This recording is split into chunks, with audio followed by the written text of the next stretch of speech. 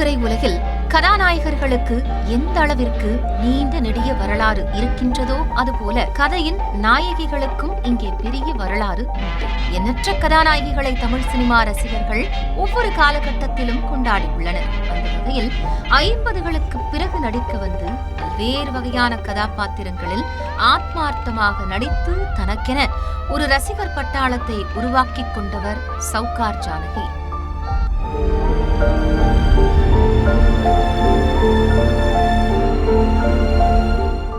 மற்ற கதாநாயகிகளைப் போல டீனேஜில் நடிக்க வந்து சில வருடங்கள் முன்னணி நாயகியாக நடித்துவிட்டு பிறகு திருமணம் செய்து கொண்டவர் அல்ல சௌகார் ஜானகி. சினிமாவில் நடிக்க வருவதற்கு முன்பே ஒரு குழந்தைக்கு தாயாகி விட்டார். திருமணமாகி குழந்தைகள் பிறந்த பிறகே சௌகார் ஜானகியின் திரைவாழ்வு உச்சமடைந்தது என்பதுதான் இங்கு சுவாரஸ்யமே. சினிமாவில் அறிமுகமாவதற்கு முன்பே 15 வயதில் ரேடியோ நாடகங்களில் பிரபலமாக நடித்துக் கொண்டிருந்தார் சௌகார் ஜானகி. அந்த சமயத்தில் அவருக்கு சினிமா வாய்ப்புகள் வந்தபோதும் அவரது குடும்பத்தார் சினிமாவில் நடிப்பதற்கு மறுப்பு தெரிவித்தனர். பிறகு திருமணமாகி ஒரு குழந்தைக்கு தாயான பின்னர் குடும்ப வறுமையின் காரணமாக சினிமாவுக்கு நடிக்க வந்தார் சௌகார் ஜானகி. திருமணமான பிறகு தனக்கு ஏதாவது ஒரு குணச்சித்திர வேடம்தான் சினிமாவில் கிடைக்கும் என்று நினைத்தார் சௌகார் ஜானகி. ஆனால் அவரது அழகுக்கும் குரலுக்கும் ஏற்றார் போல கதாநாயகி வாய்ப்பே சௌகார் ஜானகியை தேடி வந்தது. விஜயா புரொடக்ஷன் நாகிரெட்டி தயாரிக்க எல்வி பிரசாத் இயக்கிய சௌகாரு என்கிற தெலுங்கு படத்தில் கதாநாயகியாக அறிமுகமானார் ஜானகி. முதல் படத்திலேயே என்.டி. ராமாராவுக்கு ஜோடியாக நடிக்கும் வாய்ப்பை பெற்றார். முதல் படத்திலேயே எல்வி பிரசாத், மார்க்கஸ் பத்லே, என்.டி. ராமாராவ் என மிகப்பெரிய ஆளுமைகளுடன் பணியாற்றிய சௌகார் ஜானகி வளையாபதி எனும் படம் மூலமாக தமிழில் அறிமுகம் ஆனார். அந்த சமயத்தில் வி.என். ஜானகியும் தமிழில் முன்னணி கதாநாயகியாக நடித்துக் கொண்டிருந்ததால் பெயரில் குழப்பம் ஏற்பட்டுவிடக் கூடாது என்பதற்காக ஜானகி எனும் பெயருடன் சௌகார் எனும் அவரது முதல் படத்தின் பெயரையும் சேர்த்து சௌகார் ஜானகி என அழைக்க ஆரம்பித்தனர் தமிழ் ரசிகர்கள். அதன் பிறகு தமிழ், தெலுங்கு என மாறி மாறி நடித்துக் கொண்டிருந்த சௌகார் ஜானகியின் திரை வாழ்க்கையில் திருப்பு முனையாக அமைந்த திரைப்படம் படிக்காத மேதை. தொடக்கத்தில் சௌகார் ஜானகி இந்த கதாபாத்திரத்தை தாங்குவார் என்றெல்லாம் படக்குழு நம்பவில்லை. சௌகார் ஜானகிக்கு முன்பு அந்த கதாபாத்திரத்தில் நடிப்பதற்கு வேறு சில நடிகைகளை தேடிக்கொண்டிருந்தார்கள். ஆனால் சிவாஜி கணேசனுக்கு சௌகார் ஜானகியின் நடிப்பு மீது அபார நம்பிக்கை இருந்தது. அவர்தான் படிக்காத மேதை படத்திற்கு சௌகார் ஜானகியை பரிந்துரைத்தார். சிவாஜி கணேசனுக்கு பிறகு படத்தின் கதாசிரியர் கே.எஸ். பாலகிருஷ்ணனும் சௌகார் ஜானகியை பரிந்துரைக்க அதன் பிறகே படிக்காத மேதை படத்தில் ஒப்பந்தமானார் சௌகார் ஜானகி. சிவாஜி கணேசன், எஸ்.பி. ரங்காராவ், கண்ணாம்பா, டி.ஆர். ராமச்சந்திரன், முத்துராமன் என மிகப்பெரிய நடிகர் பட்டாளம் இருந்தாலும் கூட தான் வருகின்ற காட்சிகளில் தன்மையான அதே நேரம் முதிர்ச்சியான நடிப்பை வெளிப்படுத்திய சௌகார் ஜானகியின் லக்ஷ்மி கதாபாத்திரம் ரசிகர்களால் கவனிக்கப்பட்டது. சிவாஜி கணேசனின் கள்ளம் கபடமற்ற துடுக்குத்தனமான நடிப்பிற்கு முன்பு சௌகார் ஜானகியின் அமைதியும் பாந்தமும் கலந்த நடிப்பு தனியாக தெரிந்தது. ஏவிஎம் தயாரிப்பில் கிருஷ்ணன் பஞ்சு இயக்கிய அன்னை திரைப்படத்தில் சௌகார் ஜானகியின் நடிப்பு பெரியளவில் பேசப்பட்டது. அன்றைக்கு தமிழ், தெலுங்கு, ஹிந்தி என அநேக மொழிகளில் வெற்றிகரமான நாயகியாக ஜொலித்தவர் பானுமதி. அன்னை படத்தில் பானுமதிக்கு தங்கையாக நடித்த சௌகார் ஜானகி பல காட்சிகளில் பானுமதிக்கு நிகராகவே நடித்தார். ஒரு பிள்ளைக்காக போராடுகின்ற 2 அன்னைகளை பற்றிய கதையில் சௌகார் ஜானகியின் நடிப்பு ரசிகர்களை கலங்கச் செய்தது.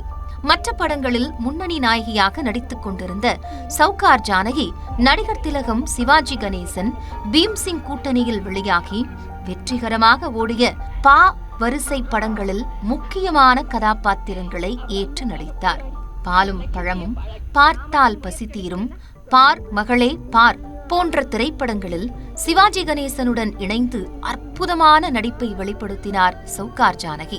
தொடர்ச்சியாக சிவாஜி கணேசனின் படங்களில் தனது நடிப்புத் திறமையை மிகச் சிறப்பாக வெளிப்படுத்திய சௌகார் ஜானகியின் திரை வாழ்க்கையில் புதிய பறவை திரைப்படம் மற்றும் ஒரு திருப்புமுனை திரைப்படம். படிக்காத மேதை சமயத்தில் நடந்தது போலவே புதிய பறவை சமயத்திலும் சௌகார் ஜானகி நிராகரிக்கப்பட்டார். அதற்கு காரணம், அதற்கு முன்பு அவர் ஏற்று நடித்த குடும்ப பாங்கான கதாபாத்திரங்கள். முற்றிலும் குடும்ப பெண்மணியாக பாந்தமாக நடிக்கும் சௌகார் ஜானகியால் சித்ரா எனும் மாடர்ன் பெண்ணாக நடிக்க முடியுமா என்ற சந்தேகம் படத்தின் இயக்குனர் தாதா மிராசுக்கு இருந்தது. ஆனால் அந்த நேரத்திலும் சிவாஜிதான் சௌகார் ஜானகிக்கு ஆதரவாக நின்றார். சௌகார் ஜானகியால் அந்த கதாபாத்திரத்தை முற்றிலும் நிறைவாக செய்ய முடியும் என நம்பினார் சிவாஜி கணேசன். அவர் கணித்தது போலவே புதிய பறவை படத்திலும் நளினமான நடிப்பை வெளிப்படுத்தினார் சௌகார் ஜானகி. பார்த்த ஞாபகம் இல்லையோ பாடலில் அத்தனை ஸ்டைலிஷான நடிப்பை வெளிப்படுத்திய சௌகார் ஜானகி கிட்டத்தட்ட புதிர் நிறைந்த கதாபாத்திரமாகவே புதிய பறவை திரைப்படத்தில் வலம் வந்தார். குறிப்பாக எங்கே நிம்மதி பாடலில் முழுக்க முழுக்க ராட்சச பெண்மணி போல நடித்து சிவாஜி கணேசனை அவர் படுத்துகின்ற பாடுகள் ரசிகர்கள் மத்தியில் கவனிக்கப்பட்டன. சிவாஜி கணேசனுடன் தொடர்ந்து வெற்றி படங்களில் நடித்துக் கொண்டிருந்த சௌகார் ஜானகி புகழ் வெளிச்சத்திற்கு வந்த பிறகு எம்ஜிஆரின் படங்களிலும் நடிக்கத் தொடங்கினார். பணம் படைத்தவன் படத்தில் புதிய பறவை படம் கதாபாத்திரத்தை போலவே மாடர்ன் பெண்ணாக வலம் வந்தார் சௌகார் ஜானகி. கண் போன போக்கிலே பாடலில் எம்ஜிஆர் ஸ்டைலாக நடந்து கொண்டே பாட அதற்கு ஏற்றாற் போல நளினமாக நடனமாடினார் சௌகார் ஜானகி. இந்நாட்களில் பார்த்த ஞாபகம் இல்லையோ, கண் போன போக்கிலே போன்ற பாடல்கள் சௌகார் ஜானகியின் அடையாள பாடல்களாக மாறிப்போயின. பணம் படைத்தவன் படத்திற்கு பிறகு சௌகார் ஜானகி எம்ஜிஆருடன் நடித்த படங்கள் அவருக்கு மேலும் புகழைச் சேர்த்தன. அவற்றில் முக்கியமான திரைப்படம் எம்ஜிஆரின் 100வது படமான ஒளிவிளக்கு. அந்த படத்தில் ஜெயலலிதாவும் நாயகி என்பதால் அவரது பெயரைத்தான் எம்ஜிஆருக்கு அடுத்து போட வேண்டும் என்றார் ஜெயலலிதாவின் தாயார். அதன்படி படத்தின் டைட்டில் கார்டில் அன்றைய புதுமுக நடிகை ஜெயலலிதாவின் பெயருக்கு பிறகுதான் சௌகார் ஜானகியின் பெயர் வந்தது. என்றாலும் கூட ஒளிவிளக்கு படத்தில் சௌகார் ஜானகியின் நடிப்பில் உருவான ஆண்டவனே உன் பாதங்களை பாடல் பெரியளவில் ஹிட்டானது. பின்னாட்களில் எம்ஜிஆர் அமெரிக்க மருத்துவமனையில் சிகிச்சை பெற்று வந்தபோது அந்த பாடலை ஒட்டுமொத்த தமிழகமும் பாடி எம்ஜிஆர் உயிர் பிழைத்து வருவதற்காக பிரார்த்தனை செய்தது. அந்த வகையில் ஒளிவிளக்கு சௌகார் ஜானகியின் திரை வாழ்க்கையில் மற்றும் ஒரு மறக்க இயலாத திரைப்படம்.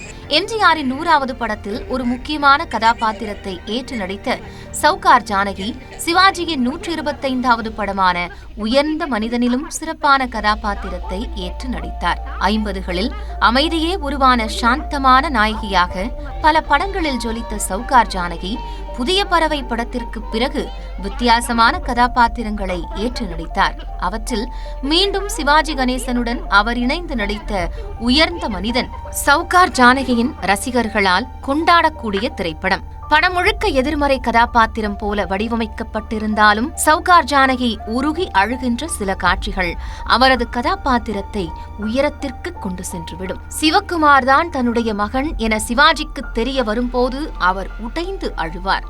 குறிப்பிட்ட அந்த காட்சியில் அதுவரையிலும் வில்லத்தனமாக நடந்து கொண்ட சௌகார் ஜானகியும் சிவாஜியுடன் அழுவார்.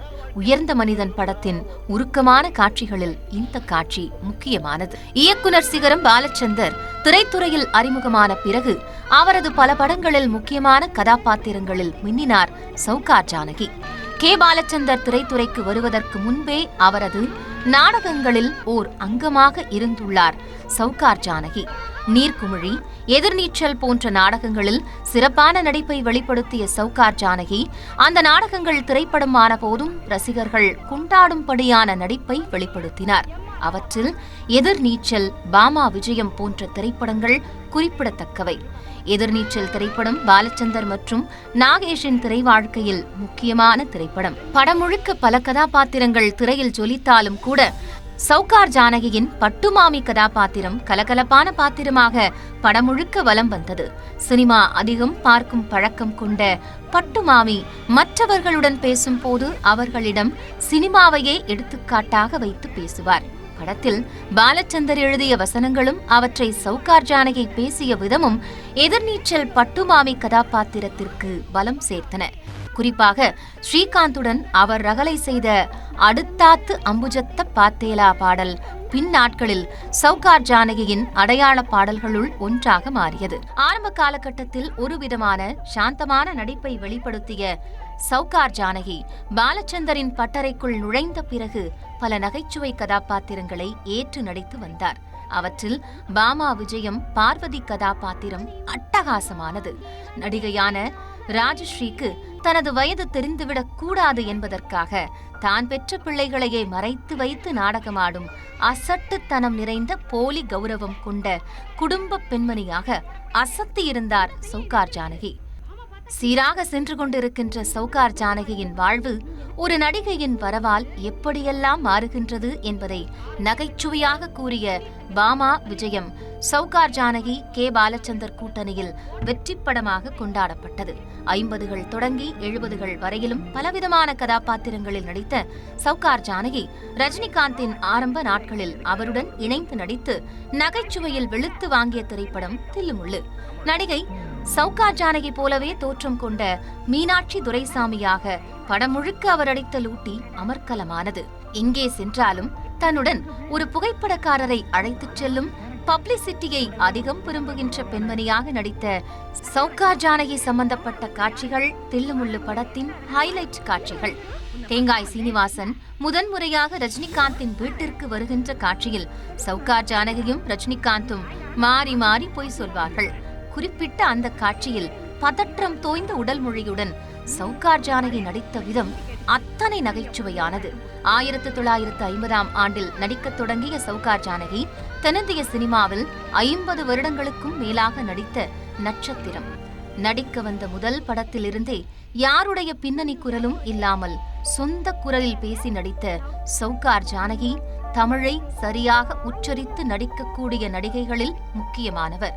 ஒரு குழந்தைக்கு தாயான பிறகு நாயகி வேடங்களுக்கெல்லாம் ஆசைப்படாமல் தற்செயலாக சினிமாவிற்குள் நுழைந்த சௌகார் ஜானகி அதன் பிறகு எடுத்த விஸ்வரூபம் பிரமிக்கத்தக்கது. நளினமான நயவஞ்சகமான பாந்தமான பல கதாபாத்திரங்களை ஏற்று நடித்த சௌகார் ஜானகி தமிழ் சினிமா வரலாற்றில் தவிர்க்க இயலாத நட்சத்திரம்.